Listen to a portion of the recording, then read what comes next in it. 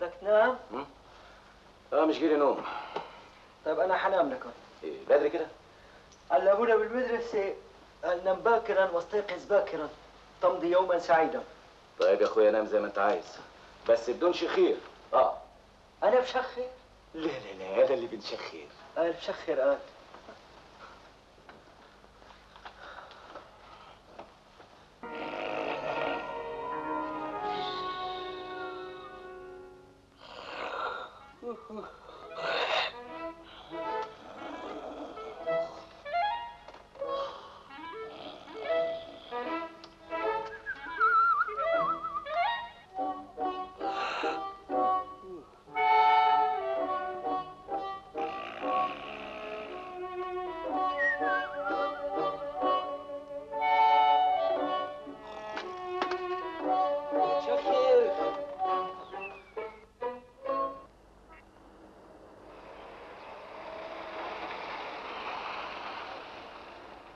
ما بقدر، في معي الأخ.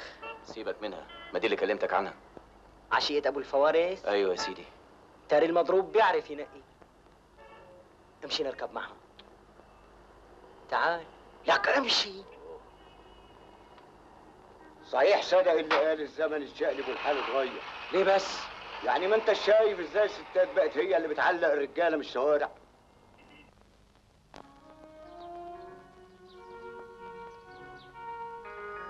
شو هالقعدة الدرام؟ اصل حضرته زعلان على العربيه. ده موضوع انتهى خلاص. انا على استعداد ادفع مصاريف التصليح، بس انت ما تزعلش. يا هانم القصة ما هي قصة تصليح عربية. امال ايه؟ اصطدام بين العربيتين، عمل اصطدام داخلي نتج عنه اصطهاج فكري ولد شرارة الانشغال القلب. مش فاهمه. هالزلمة صعبان عليه ان هالجمال وهالحلاوة تروح رخيصة خصوصا لفيل شركتنا. قصدك مين؟ فارس بيك.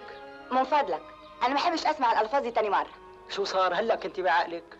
لازم كلامنا ما عجبهاش وعايزانا نمشي. يلا بينا يا شحرور. ارجوكوا لحظه واحده قبل ما تسوءوا الظن بيا وتحكموا عليا، في حاجات لازم تعرفوها. بعد الحادثه اللي شرحتها لكم لقيت جنبي ام مريضه واب عاجز واخواتي التمانية وعايزين ياكلوا ويشربوا ويعيشوا زي بقيه الناس. على اي حال مادام الظروف هي اللي بتحكم على الواحد انه يخطئ، فتبقى التوبه سهله عليه. ولا ايه يا شحرور؟ ولو تبت تفتكر حلق الانسان اللي ينساه لي الماضي؟ وليه لا؟ ان الله غفور رحيم، وان شاء الله حتلاقي ابن الحلال اللي راح يسعدك. واذا ما لقيتوش؟ اذا ما لقيتي اعتبريني استبن.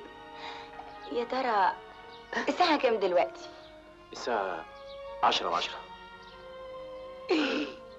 المكتب.